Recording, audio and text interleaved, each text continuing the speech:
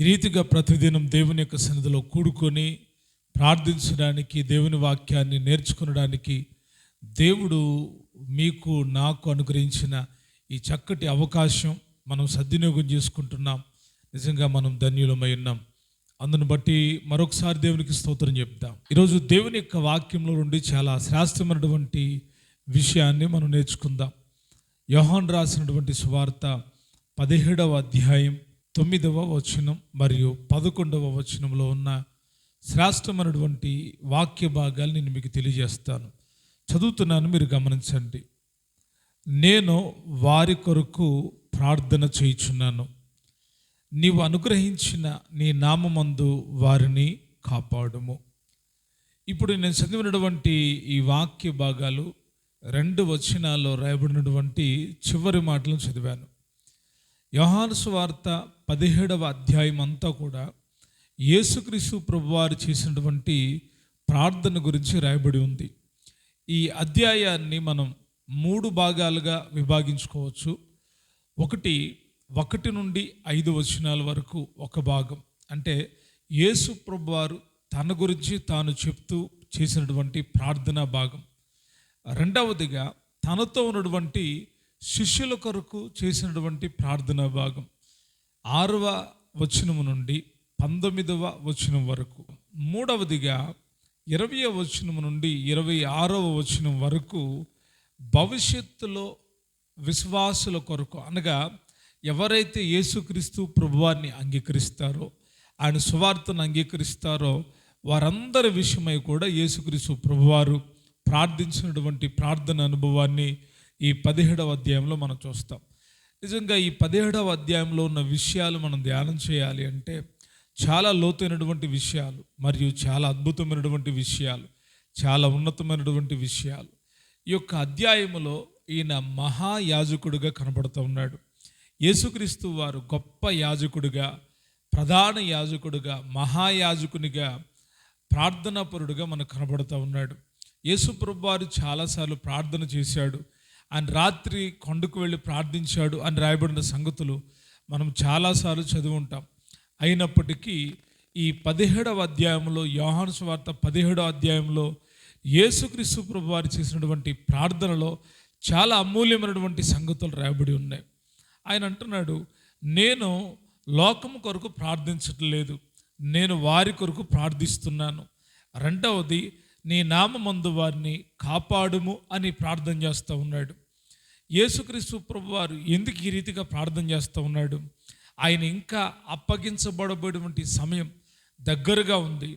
ఇదిగో నేను తండ్రి యొద్దకు వెళ్ళేటువంటి గడియ వచ్చింది అని శిష్యులకు చెబుతూనే ఆయన ఈ ప్రార్థన చేయడం మొదలుపెట్టాడు. నిజంగా ఆయన చేసినటువంటి ఈ ప్రార్థనలో చాలా లోతైన సత్యాలు దాగి ఉన్నాయి.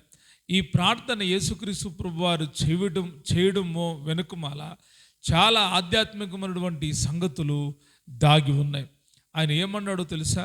నీవు నాకు అనుగ్రహించిన మనుషులకు నీ నామాన్ని ప్రత్యక్షపరిచానయ్యా, నీవు నాకు అనుగ్రహించినవన్నీ నీ వల్ల కలిగినవని వారిప్పుడు ఎరిగి ఉన్నారు, నేను వారి కొరకు ప్రార్థన చేయుచున్నాను. ఏ రీతిగా ఎందుకు ప్రార్థన చేస్తూ ఉన్నాడంటే, ఈ ప్రార్థనలో 2 విషయాలు యేసుక్రీస్తు ప్రభువారు తెలియజేస్తూ ఉన్నాడు. 1, నేను నీవు ఏకమై ఉన్నాం, మనిద్దరం ఏకమై ఉన్నాం కదా, అలాగే వారును ఏకమై ఉండాలి. రెండవది, నీ నామమందు వారు నిలిచి ఉన్నారు కాబట్టి వారు కాపాడబడాలి, నీ నామమందు వారిని కాపాడుము అని తండ్రిని వేడుకుంటూ ఉన్నాడు. ఆయన ఈ పాత్ర నా యొద్ద నుండి తొలగించుమని చేసే ప్రార్థన చాలా వ్యత్యాసమైంది. కానీ ఈ ప్రార్థనలో చాలా అద్భుతమైనటువంటి విషయం ఏంటంటే, నేను నీవు ఏకమై ఉన్నాం. చాలాసార్లు యెహోవా దేవుడు వేరు, యేసు ప్రభువారు వేరు అని చదువుతూ ఉంటాం. అంటే పాత నిబంధనలో యెహోవా అని కనిపిస్తూ ఉంటుంది, క్రొత్త నిబంధనలో యేసుక్రీస్తు వారుగా మనకు కనపడుతూ ఉంటారు. కానీ యేసే శిష్యులకు చెప్తా ఉన్న మాట, ఈ ప్రార్థనలో తెలియజేస్తున్న మాట ఏంటంటే, నేను నీవు ఏకమైనలాగన వారు ఏకమై ఉండాలి అని ప్రార్థన చేస్తూ ఉన్నాడు. ఓ గొప్ప ప్రధాన యాజకుడు ఈ రీతిగా కోరుకోవడం చాలా అద్భుతమైనటువంటి విశేషమైనటువంటి కార్యమై ఉంది. లోకం కొరకు ప్రార్థన చేయట్లేదంట. లోకంలో ఉన్న వారందరి కొరకు నేను ప్రార్థన చేయట్లేదు, వీరి కొరకు నేను ప్రార్థన చేస్తూ ఉన్నాను. వీరు ఏకమై ఉండాలి. ఎందుకు ఏకమై ఉండాలని యేసుక్రీస్తు ప్రభువారు ప్రార్థన చేస్తూ ఉన్నాడు అంటే, జరగబోయే సంగతిని వారు గ్రహించలేని పరిస్థితుల్లో ఉన్నారు. వాళ్ళ కళ్ళు భారముగా ఉన్నాయి. వాళ్ళని ప్రార్థించమని ఈ రాత్రి శోధనలో మీరు ప్రవేశించకుండా మెలకువగుండి ప్రార్థించమని యేసుక్రీస్తు ప్రభువారు చెప్పినప్పటికీ వారు ఎటువంటి పరిస్థితుల్లో ఉన్నారంటే, నిద్రపోయేటువంటి పరిస్థితుల్లో ఉన్నారు. వాళ్ళ కనులు భారంగా ఉన్నాయి కానీ వారి ఆత్మలు భారంగా లేవు. వారి శరీరాలు నీరసంగా సొమ్మసిల్లిపోయి ఉన్నాయి కానీ ఆత్మలో సిద్ధపాటు లేదు. జరగబోతున్న కార్యాల విషయంలో వారు ఆలోచన కలిగి లేనట్టుగా కనబడుతూ ఉన్నారు. అయితే యేసుక్రీస్తు ప్రభువారు వీరి విషయంలో జరగబోయే విషయాన్ని ముందుగా వారికి తెలియపరిచిన వారు ఆ గూఢార్థమైన విషయాలను అర్థం చేసుకోలేకపోయారు. కనుక యేసుక్రీస్తు ప్రభువారు ఏం చేశాడు అంటే, వారి కొరకు తండ్రిని వేడుకుంటున్నాడు. కేవలం మనము మత్తయి, మార్కు, లూకా సువార్తల్లో యేసుక్రీస్తు ప్రభువారు గెత్సెమనే తోటలో ప్రార్థన చేసినప్పుడు ఆయన, తండ్రి నీ చిత్తమైతే ఈ పాత్ర నా యొద్ద నుండి తొలగించు అని ప్రార్థించినట్టుగా చదువుతాం.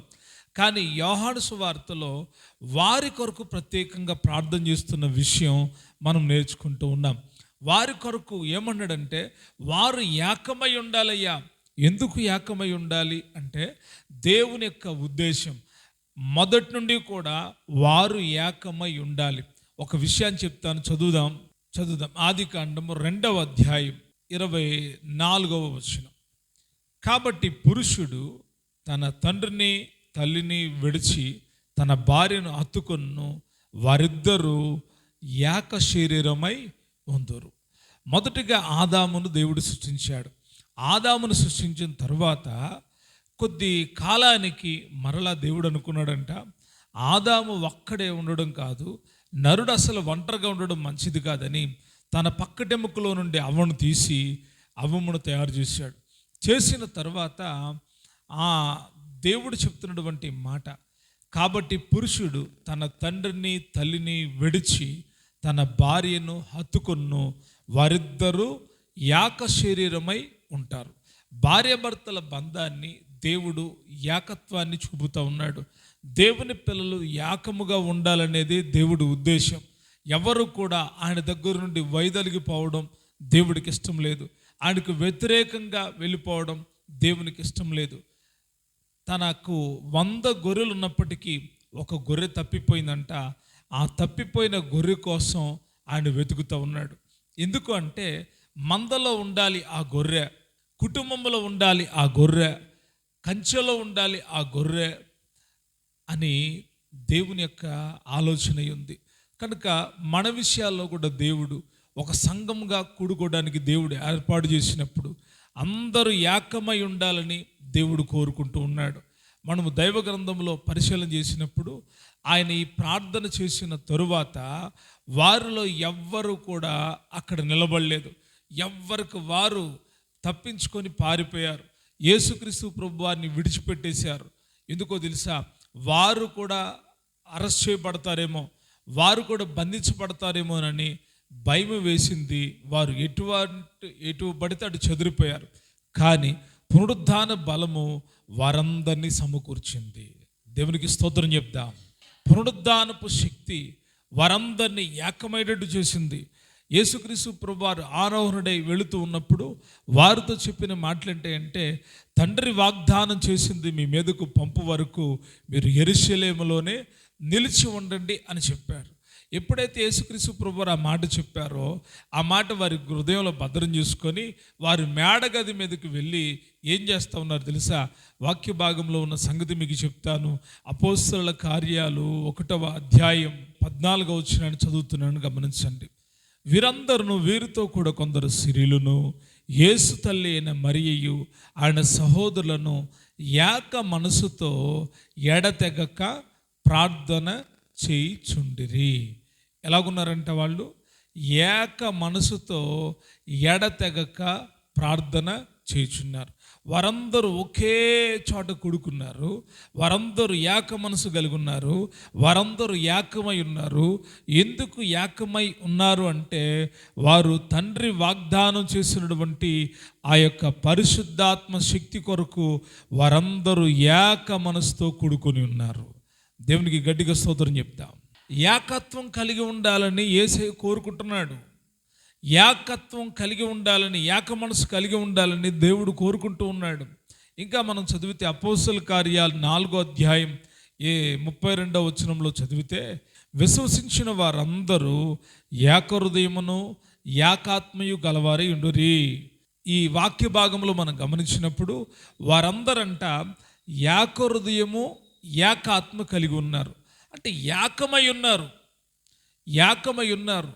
దేవుడు ఎప్పుడూ కూడా మనుషులందరూ ఏకమై ఆయన స్తుతించాలని, మనుషులందరూ ఏకమై ఆయనతో కూడా ఆయన సింహాసనం ఎద్దుకు చేరాలని కోరుకుంటూ ఉన్నాడు. యేసుక్రీస్తు ప్రభువారు ఈ శిష్యుల యొక్క పరిస్థితిని ముందుగానే గుర్తెరిగి ఆయన ముందుగానే ప్రార్థించడం మొదలుపెట్టాడు. ఏమని ప్రార్థన చేయడం మొదలుపెట్టాడంటే, తండ్రి నీవు నేను ఏకమై ఉన్నాము, ఆ రీతిగానే వీరు కూడా ఏకమై ఉండాలి, వీరు కూడా కలిసి ఉండాలి, వీరు కూడా కాపాడబడాలి అని ప్రార్థన చేస్తూ ఉన్నాడు. ఒకటేమో ఏకమవ్వాలి అని ప్రార్థన చేస్తూ ఉన్నాడు. రెండవదిగా వారు కాపాడబడాలి.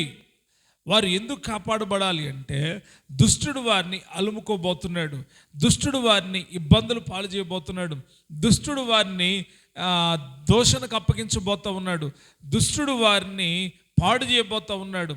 కాబట్టి లోక సంబంధులు గారు కానీ లోకంలో ఉన్నారు కాబట్టి లోకం వారిని ద్వేషించిద్దయ్యా, కాబట్టి వీరిని కాపాడు, వీరు నీవారై ఉన్నారు కాబట్టి వీరిని కాపాడుము, వీరిని ఏకమై ఉండులాగా వీరందరూ ఏకమై ఉండాలి ప్రభువా తండ్రి అని చెప్పి తండ్రిని యేసుక్రీస్తు ప్రభువారు వేడుకుంటూ ఉన్నాడు. అయితే వీరి విషయంలో ఎందుకు యేసుక్రీస్తు ప్రభువారు వేడుకుంటూ ఉన్నాడు? శిష్యులైనందుక, లేకపోతే ఆయన పిలిచాడు కాబట్టి అందుకొరక అంటే ఈ వాక్య భాగంలో లోతైన విషయాలు చాలా ఉన్నాయి. కానీ ఈ వాక్య భాగంలో రాయబడిన ఒక 4 విషయాలని చెప్తాను. మొట్టమొదటిగా చదువుదాం. 17వ అధ్యాయం 6వ వచనం. 6వ వచనంలో ఈ రీతిగా ఉంది, లోకములో నుండి నీవు నాకు అనుగ్రహించిన మనుషులకు నీ నామమును ప్రత్యక్షత పరిచితివి. నీ నామాన్ని ఏం చేశారంటే, దేవుని నామం ఏం చేయబడిందంట? ప్రత్యక్షపరచబడింది. వారు నీవారై ఉండిరి. మొదటి విషయం, వారు నీవారై ఉన్నారు.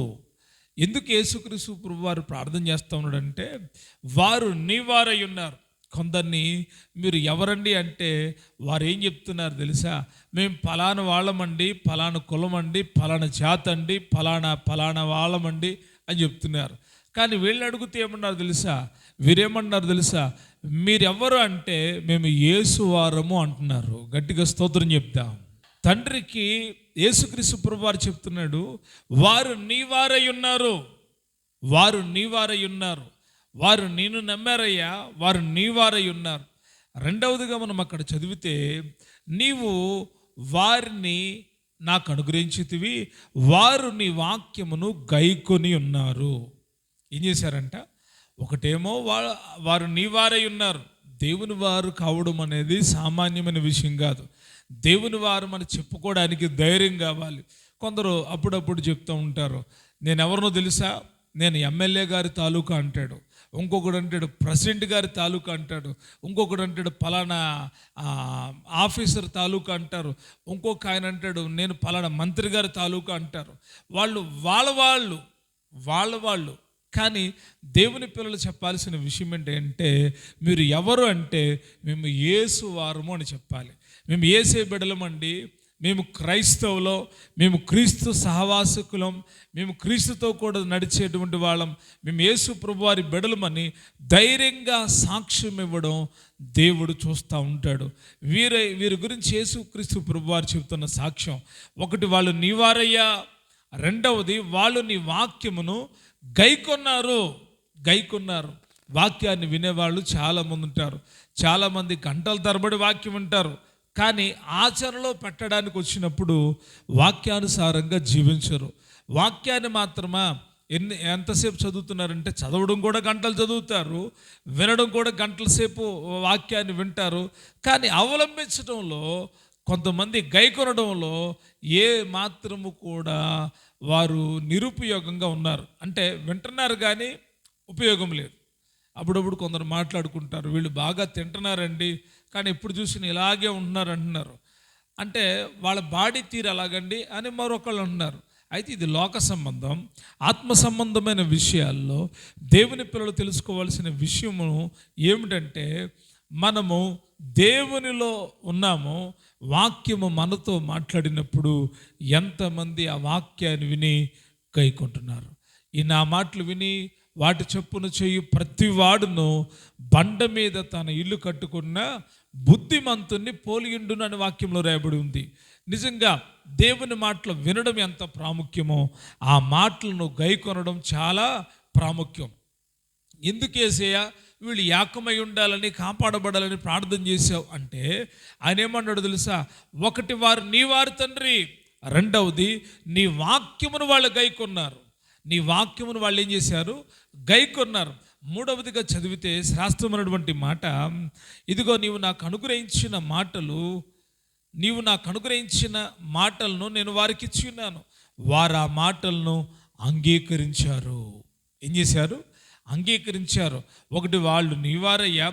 రెండవది, నీ వాక్యాన్ని ఏం చేశారు? వాళ్ళు గైకొన్నారు. మూడవదిగా, నీవు నాకు ఇచ్చిన మాటలను నేను వారికి ఇచ్చినప్పుడు వాళ్ళు ఆ మాటలను ఏం చేశారంట? అంగీకరించారు. చాలాసార్లు గైకొనడం అంటే ఆ వాక్య ప్రకారం నడవడం, అంగీకరించడం అంటే ఒప్పుకోవడం. చాలామంది యూదులు నేటికి ఒప్పుకోవట్లేదు. యేసుక్రీస్తు ప్రభువారు వచ్చాడు, ఆయన ద్వారా రక్షణ కలుగుతుంది అంటే చాలామంది నమ్మట్లేదు. యూదులే కాదు, చాలామంది లోకంలో ఉన్న వాళ్లకు ఈ సత్యం అర్థం కావట్లేదు. వాళ్ళు అంగీకరించట్లేదు. యేసు ప్రభువారు వచ్చాడంటే అంగీకరించట్లేదు. అదంతా కల్పిత కథ అని చెబుతున్న వాళ్ళు కొందరు. కానీ ఈ శిష్యులు, యేసుక్రీస్తుని వెంబడించిన వాళ్ళు, ఇదిగో నేను పరలోకము నుండి దిగి వచ్చిన జీవాహారం అంటే వారు ఆయన ఏం చేశారు? అంగీకరించారు. శాస్త్రులు, పరిసయ్యులు అంగీకరించలేదు. వీడు దేవదోషణ చేస్తున్నాడని యేసుక్రీస్తు ప్రభువారి మీద నేరాలు మోపారు. యేసుక్రీస్తు ప్రభువారి యొక్క ఆ 3.5 సంవత్సరాల పరిచర్యను మనం గమనించినప్పుడు, శాస్త్రులు, పరిసయ్యులు, సద్దుకాయులు ఆయన మాటలు ఏం చేయలేదు? అంగీకరించలేదు. ఆయన సత్యమే చెప్పాడు, ఆయన నిజాలే చెప్పాడు. యేసుక్రీస్తు ప్రభువారు చెప్పినవన్నీ కూడా ఆయన చెబుతా ఉన్నప్పుడు ఏమన్నాడు తెలుసా? తండ్రి నాకు అనుగ్రహించిన వాటిని నేను మీకు చెప్తున్నాను. ఏం చెప్తున్నాడంట? తండ్రి నాకు అనుగ్రహించిన వాటిని నేను మీకు చెప్తున్నాను అని చెప్పినప్పటికీ ప్రజల్లో అనేకులు ఆయన యందు విశ్వాసం ఉంచలేదు, అనేకులు ఆయన్ని వెంబడించలేదు, అనేకులు ఆయన తట్టు తిరగలేదు. కానీ వీరు ఆయనతో ఉన్నారు, ఆయన మాటలను అంగీకరించారు. స్తోత్రం చేద్దాం గట్టిగా. అయ్యా, నువ్వు నాకు ఇచ్చిన మాటలు నేను వారికి ఇచ్చాను. వాళ్ళు ఏం చేశారో తెలుసా?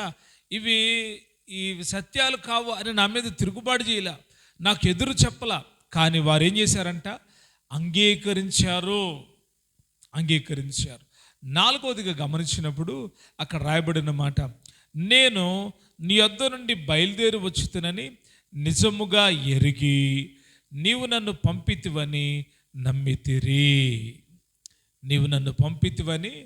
నమ్మితిరి. నేను పరలోకము నుండి నీ వద్ద నుండి బయలుదేరి వచ్చుతునని నిజముగా ఎరిగి. ఎలాగంట? నిజముగా ఎరిగి. అంటే నిజముగా ఎరిగి అంటే తెలుసండి, అనుకుంటున్నామండి అనేది వేరు. నువ్వు వచ్చావు ప్రభా, నువ్వు తండ్రి యొద్ద నుండి వచ్చావని వాళ్ళు నిజముగా ఎరిగారంట. నాలుగవదిగా. ఐదవది, ఆయన నన్ను పంపాడు అనే సంగతి వాళ్ళు ఏం చేశారంట? నమ్మారు. అందుకే వీరి మీద యేసేకు ప్రేమ, అందుకే వీరి కొరకు యేసే ప్రార్థన చేస్తూ ఉన్నాడు, అందుకే వీరిని తండ్రికి అప్పగిస్తూ ఉన్నాడు, అందుకే వీరి కొరకు ఆయన ప్రతిష్ఠించుకుంటా ఉన్నాడు. అందుకే ఆయన వీరిని కాపాడమని వేడుకుంటున్నాడు.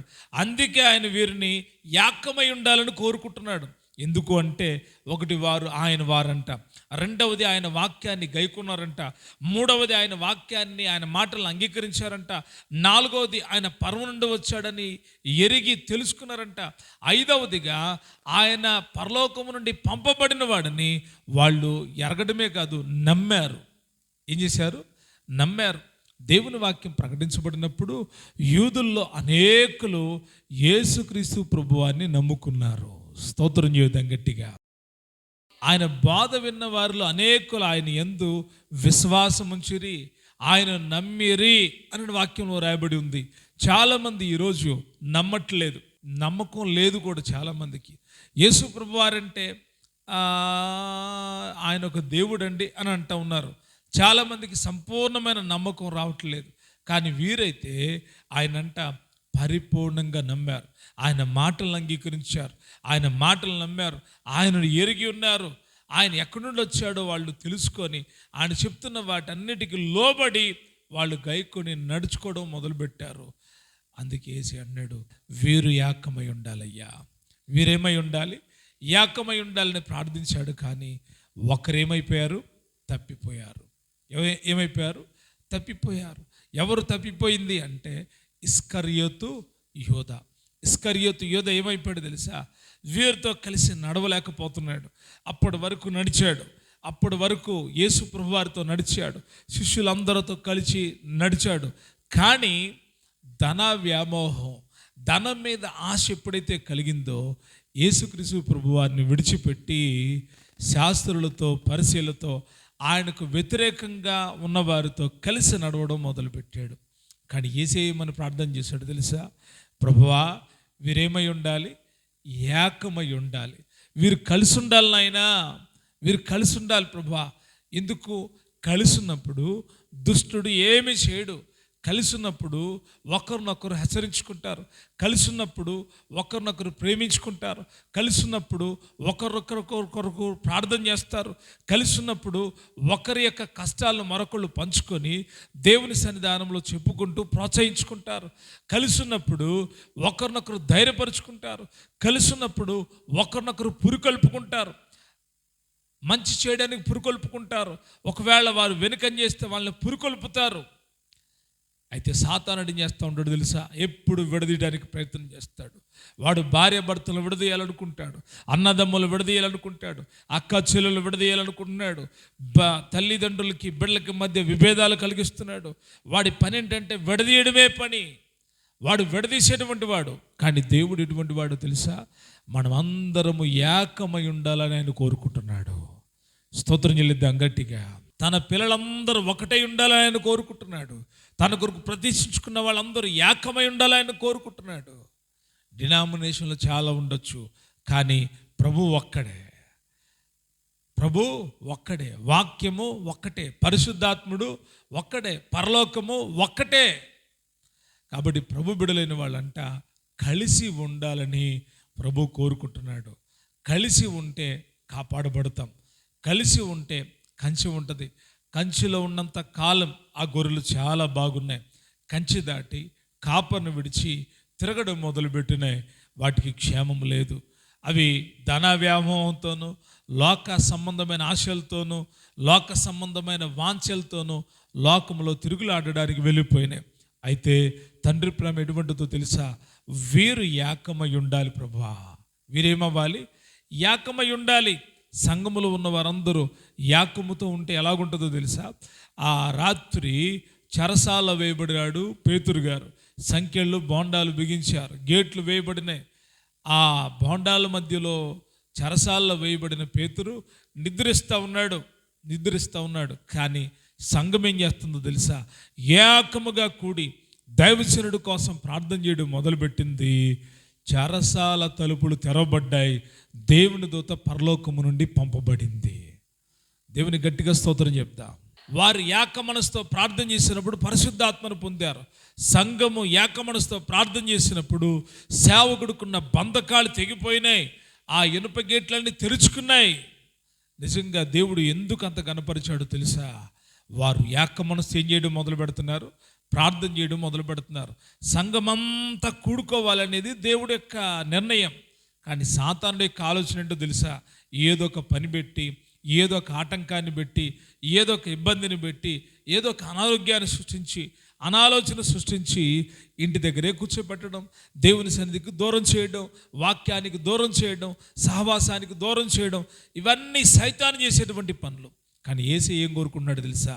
ప్రభువా, వారు ఏకమై ఉండాలి. వారు ఏమై ఉండాలి? ఏకమై ఉండాలి. రెండవదిగా రాబోతున్న ఆ కార్యములన్నిటి విషయంలో వారు ఏం చేయబడాలి? కాపాడబడాలని కోరుకుంటున్నాడు. కాబట్టి యేసయ్య లాంటి ప్రార్థన నేడు మనకు అవసరమై ఉంది. మనము కూడా సంఘమంతా ఏకముగా ఉండాలని, కుటుంబం అంతా ఏకముగా ఉండాలని, అందరూ దేవుని పిల్లలందరూ కూడా ఏకత్వం కలిగి ఉండాలని మనము కూడా ప్రార్థన చేయవలసినటువంటి అవసరం ఉంది. ఈ 17వ అధ్యాయంలో చాలా చాలా అద్భుతమైనటువంటి మాటలు ఉన్నాయి. ప్రతి మాట చాలా లోతైంది. ఇప్పుడు నేను చెప్పాను, మొదట మీకు చెప్పినప్పుడు 4 విషయాలని చెప్పాను. కానీ 5వ విషయం కూడా పరిశుద్ధాత్ముడు తెలియజేశాడు. ఏమనంట? వాళ్ళు ఏం చేశారంట? నేను లోకమునకు నీ వలన వచ్చానని వారిప్పుడు ఎరిగారయ్యా, వారు తెలుసుకున్నారు. నిజంగా చాలా అద్భుతమైనటువంటి విషయం.